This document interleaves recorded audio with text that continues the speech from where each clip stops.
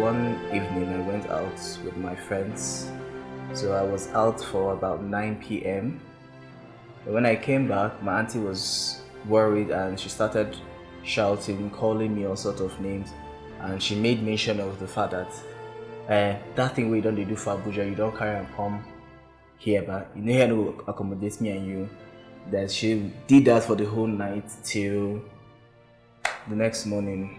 Afterwards, some weeks later, I got sick. I told my uncle. My uncle said I should go to the family hospital. Luckily for me, we're bearing the same name.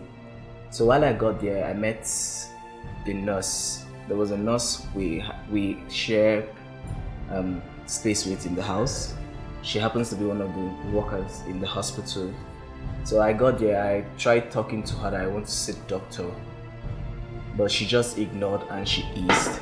And afterwards, I went back to sit and she was in that counter for like some time. She got up and she went into the hospital room, one of the office.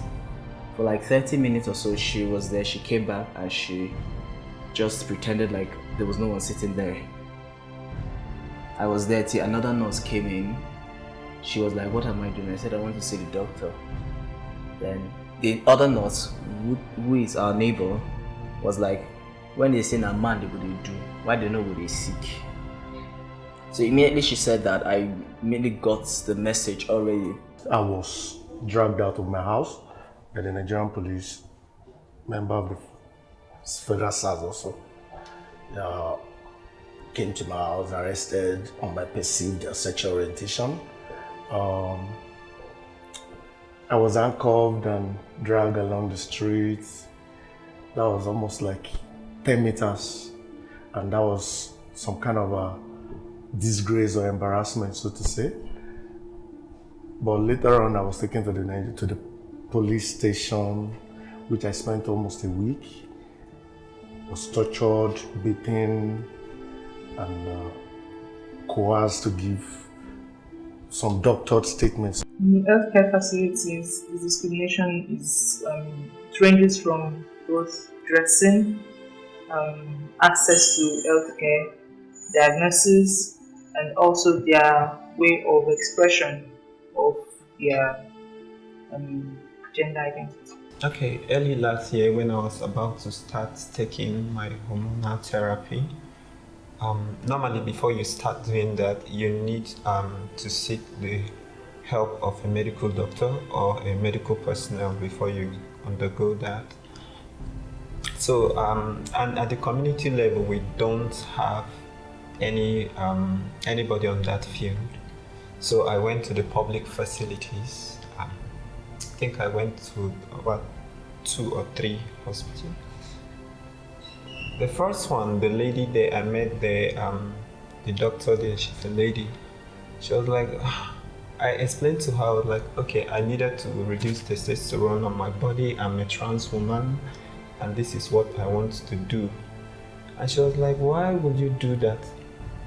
She's practically sent me out of her office that day. She was like, they don't do that in this facility. So I left. The same thing happened with the second one, and then the third one, it was a guy, and he was trying to refer me to even the psychiatry center, like probably maybe I'm mentally deranged. So discrimination for the key population, and what I mean by the key population are basically people, men who have sex with men, commercial female workers, and transgender inclusive. Basically, discrimination is the act of showing unprofessionalism in the health sector to this key population. And it's so, to some large extent, it has been happening, and I've experienced a lot of it in the health sector. And it's unprofessional, like I said earlier.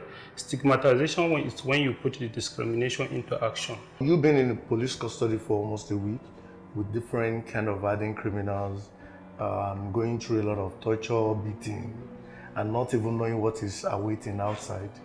It's really gave me some kind of mental setback, so to say, because it really affected my work. Because after I was released, I couldn't go back to work for almost like 2 weeks. I have to come up with different kind of lies to cover up. I feel so angry when I see people doing that. It really, really piss me off. I keep asking myself question: what part of those things that they taught you in school that you left behind, and then you came and picked another attitude again? Because I'm sure at the medical school, they will expose you to gender, sexualities, and all that. You have to learn all those things. This made me feel like we are not safe accessing healthcare, because if I were to be a heterosexual man, I would have accessed the healthcare easily, because they won't see it like, okay, why are you sick? They will just attend to me. But as a queer person, it's more difficult for me, especially when you are unfortunately out there. It is very, very rare to see queer people feel safe in spaces, in heterosexual spaces. So this impacts queer people mentally, because when you are unsure about your safety, when you're unsure about what other people will do to you when you reveal your true self to them, it's very difficult for you to relax mentally and for you to actualize your full potential as a person. I feel not safe. If I can't be protected inside, how am I supposed to be protected outside? For example, the family. If your family do not accept or come to terms to understand you even a little, it's really bad. Then what if you go outside? How would you feel? Okay, for instance, if the nurse just know me for this is justice, he's a nice person, he's this, he's humble. Okay, let me leave the fact that he's this and do what my profession said I should do. It wouldn't have been the fact that I would just be ignored there. It could be anything. What if it was a serious accident? Yeah, this is Nigeria. This is where we found ourselves. Like you said, they are supposed to protect us, but they seems to be the predator, so to say. On every opportunity they have, they try to take advantage of people of this sexual minority. We don't regard, they don't even regard us as human, so to say. And as far as I'm concerned, it's our life, it's my life, whether they like it or not.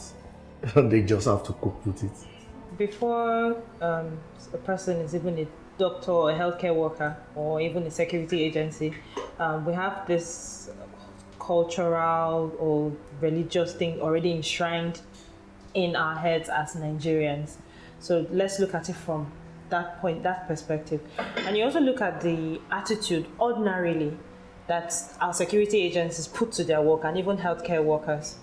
Now bring that together with what we already have enshrined in our heads, culture and all that, and then when they have to come in contact with people that they perceive to be from the LGBTQ community, you now find that this attitude or lack of it thereof escalates to another level. Before the inception of the SSNPA, we had homophobic laws in Nigeria, but they were not really enforced and they were not really talked about. People were violent to LGBTQ people, but the rates weren't as it people and what they do. But the SSNPA kind of sparked the whole thing. Like, we have a house with gas in it, an enclosed place with gas, and someone from nowhere just comes in and lights a match, taking it. The whole place escalates with fire. Nigeria ordinarily has a set of bad laws, and it's almost like every day they just wake up and let's just throw one in there. So I think that's what just happened with the SSNPA. It's a very bad law that like some other laws that our lawmakers did not actually try to take their time to do the research and understand what they were trying to bring out there. They just wanted to shut something down. It's almost like there's a fire here, let's just pour water over it, and then you take petrol and you just put over it. The law does not have the power to criminalize a sexual orientation. The law, in fact, did not criminalize any sexuality.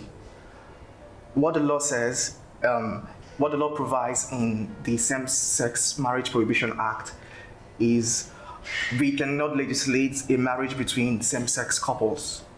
Any celebration of union between same-sex couples are, by the provision of this law, declared void.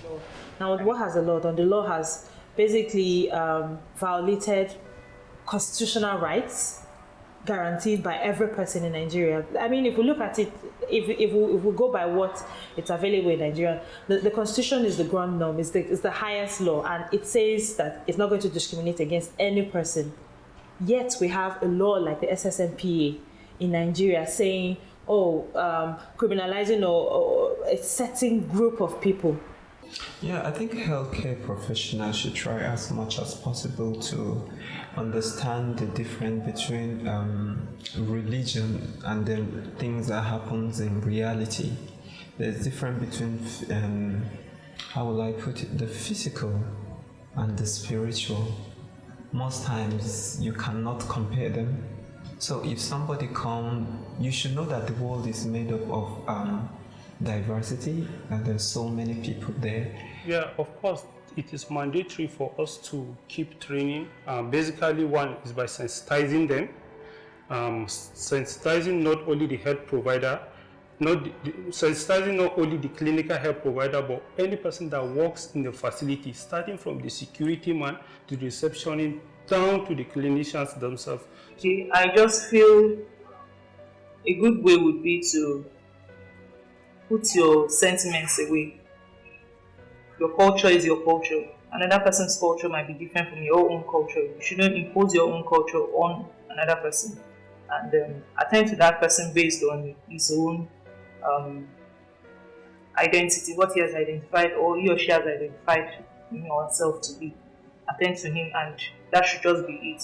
Nothing like advising him in relation to his identity or his expression. He's human. Attend to them as human, and ensure that you don't put your beliefs and values over the other person's. A good way to erase our culture of shame and discrimination, especially in the healthcare space and any other space, especially regarding to LGBT people, will be for these people to know that we are human. LGBT persons are human beings. Regardless of whatever your religion preach, they are human beings and they deserve love. Because I believe for the Christians, even for most religions, the greatest commandment is love. So when we begin to see people in that light, in light of love, I believe that is a very good way to start such a conversation about changing that narrative.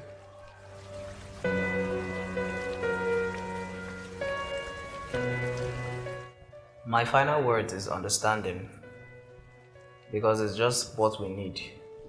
They should understand the fact that everybody is not the same. I like rice, the other person like beans. We are all different. Yeah, firstly, they are human. They are your, whether son, child, wife, husband, father, mother, what have you. There's a blood linkage. Let's just first acknowledge that fact.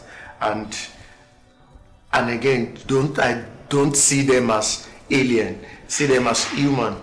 They are not doing something that is not supposed to be. They do not create themselves. That is who they are. They are born like that. So first, let's acknowledge that fact, and then I think with some level of respect and love, absolute love. My message to healthcare providers, policymakers, and people generally when tackling LGBT people is first to see beyond their whatever religious sentiments, especially for those who are very religious and puritanistic, because that's one issue that's always come when you ask people about these issues. They'll tell you, my religion does not allow me, or my religion says this and this. But when we begin to see past all of those sentiments, I believe we'll make a way forward for things to get better, as in to begin new conversation and to create safe spaces for LGBT people to coexist. Respect your healthcare oath, your medical oath. Treat people with respect.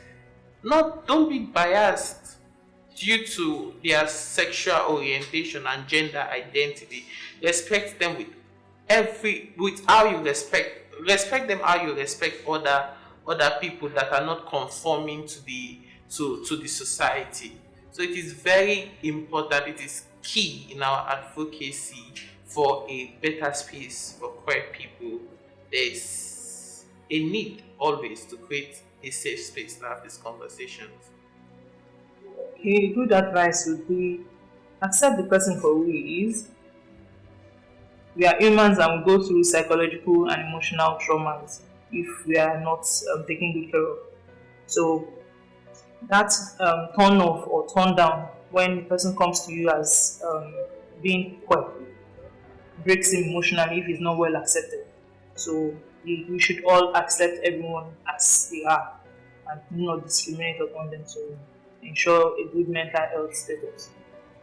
My message to healthcare providers is that I need them to know that trans people are not mad, neither are we insane. There's nothing wrong, there's nothing abnormal in our brains. As a matter of fact, I would like to say we are above normal. So there's really nothing wrong with us. Not be say we decrease, or not be say we just feel like say you want to wear woman clothes, make it work, make people they see you. No, it's innate. Why do I always feel like I need to wear a female clothes when I was growing? It connects with my spirit, my soul. That is it. If you open it, that is what you will see inside. It's not madness.